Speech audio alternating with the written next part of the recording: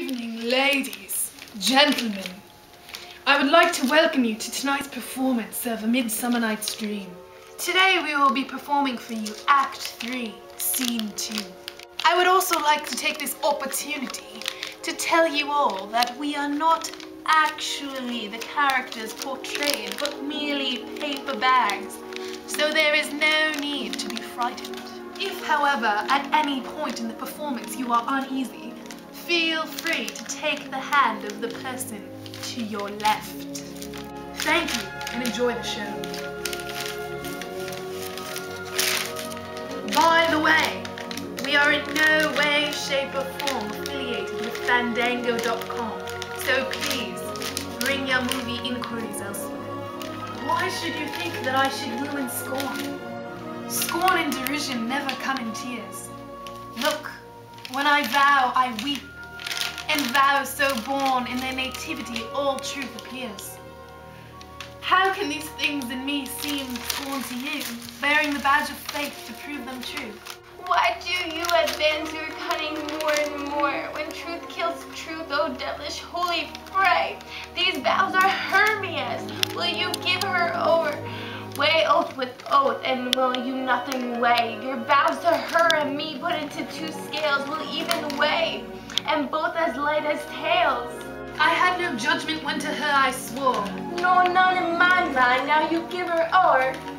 Demetrius loves her, and he loves not you.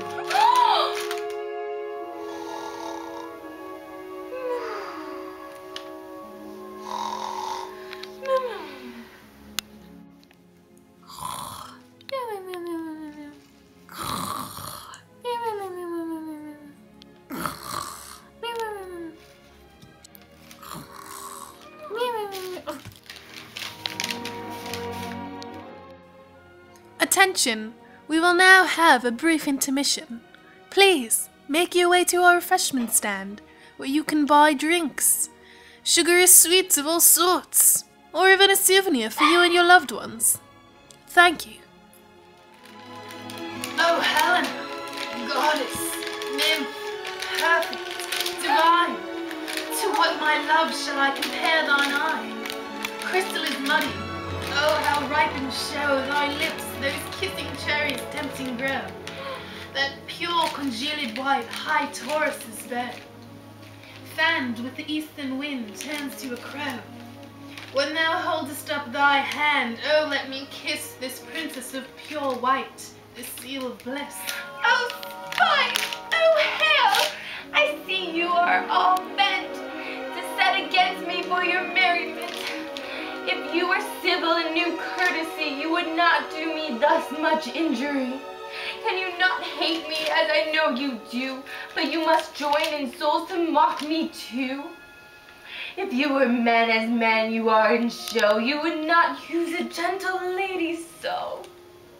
You are unkind, Demetrius, be not so. For you love Hermia, this you know I know.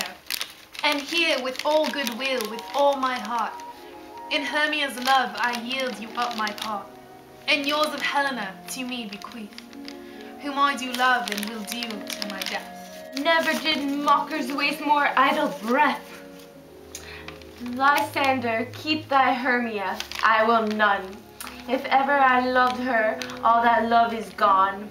My heart to her but as a guest-wise sojourned, and now to Helen it is home returned, there to remain. Helen, it is not so. Disparage not the fate thou dost not know, lest to thy peril though I be a dear, look where thy love comes, yonder is thy dear. Dark night, that from the eye his function takes, the ear more quick of apprehension makes, wherein it doth impair the seeing sense, it pays the hearing double recompense. Thou art not by mine eye, Lysander found. Mine ear, I thank it, brought me to thy sound. But why unkindly didst thou leave me so? Why should he stay, whom love doth press to go? What love could press Lysander from my side? Lysander's love, that would not let him bide. Fair Helena, who more engilds the night than all yon fiery oes and eyes of light. Why seekest thou me? Could not this make thee know The hate I bear thee made me leave thee so. You speak not as you think, it cannot be. Lo, she is one of this confederacy. Now I perceive they have conjoined all three to passion this false sport in spite of me.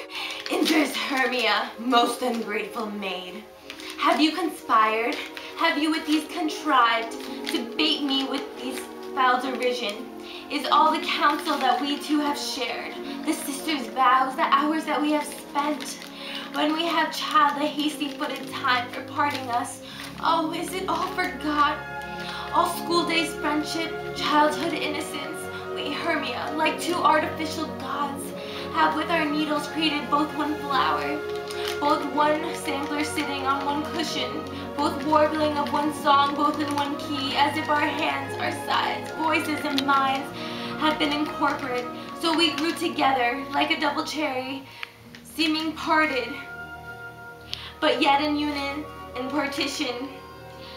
Two lovely berries molded on one stem, so with two seeming bodies but one heart. Two of the first like coats in heraldry, due but to one, crowned with one crest. And will you rent our ancient love asunder to join with men in scorning your poor friends? It is not friendly, 'tis not maidenly. Our sex as well as I may chide you for it, though I alone do feel the injury. I understand not what you mean by this. 5 million Helena lines later. Oh me, you juggler, you canker blossom, you thief of love.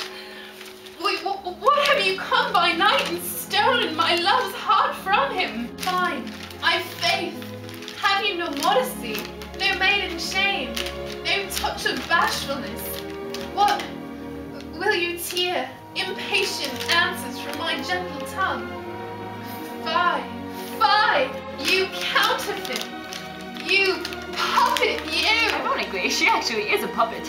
Ha, chuckles, chuckle.